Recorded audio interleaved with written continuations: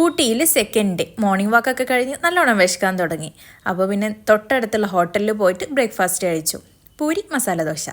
അങ്ങനെ ദേ നമ്മൾ ഫുഡൊക്കെ കഴിച്ചുകൊണ്ടിരിക്കുകയാണ്. പക്ഷേ ഇഡ്ഡലി കിട്ടിയില്ല കേട്ടോ. ഇഡ്ഡലി നമ്മൾ നേരത്തെ ആയിരുന്നു പോയത്, അതുകൊണ്ട് ആ സമയം റെഡി ആയിട്ടില്ല എന്ന് പറഞ്ഞു. തമിഴ്നാട്ടിൽ നിന്ന് ഇഡ്ഡലി കഴിക്കുമ്പോൾ ഒരു പ്രത്യേക ടേസ്റ്റാണ്. എന്താണോ എന്തോ.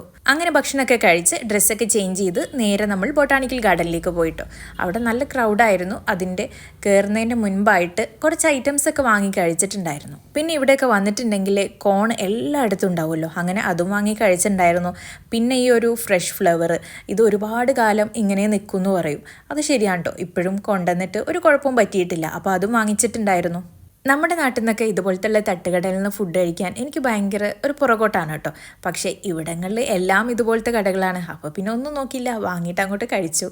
നമ്മളെ നാട്ടിലെ പോലെ അവിടെ ഭയങ്കരമായിട്ട് മഴ പെയ്യുന്നൊന്നുമില്ല കേട്ടോ. എപ്പോഴും ഒരു ചാറ്റൽ മഴയാണ് പെയ്യുന്നത്. അതുകൊണ്ട് ആർക്കും ഒരു ഡിസ്റ്റർബ് ഇല്ല. നല്ലൊരു ക്ലൈമറ്റാണ് അവിടെ ഉള്ളത്. പിന്നെ എൻ്റെ സിസ്റ്റർ വാങ്ങിച്ചിട്ടുള്ള ഈ ഒരു സാധനം കേട്ടോ, നമ്മൾ വാങ്ങിക്കാൻ പറഞ്ഞത് തന്നെ ഇരുന്നു. പക്ഷേ നല്ല പണി കിട്ടിയിട്ടോ, നമുക്ക് ആർക്കും ഇഷ്ടമായില്ല. അങ്ങനെ നമ്മൾ സാധനങ്ങളൊക്കെ വാങ്ങിക്കഴിച്ച് നേരെ അതിൻ്റെ ഉള്ളിലേക്ക് കടന്നു. ഒരുപാട് നേരം സ്പെൻഡ് ചെയ്തിട്ടുണ്ടായിരുന്നു. ആദ്യം പോയി കുറേ ഫോട്ടോസൊക്കെ എടുത്തു. സിംഗിളും ഫാമിലി ഫോട്ടോസൊക്കെ എടുത്തിട്ടുണ്ടായിരുന്നു. എവിടെ ചെന്നിറങ്ങിയാലും ഇവന് വല്ല റബ്ബറും പാലും കുടിച്ച മാതിരി കേട്ടോ. പിള്ളേരുടെ ലോകല്ലേ, അവർ കളിക്കട്ടെ എന്ന് അവനെ അങ്ങ് വിട്ടുകൊടുത്തിട്ടുണ്ടായിരുന്നു.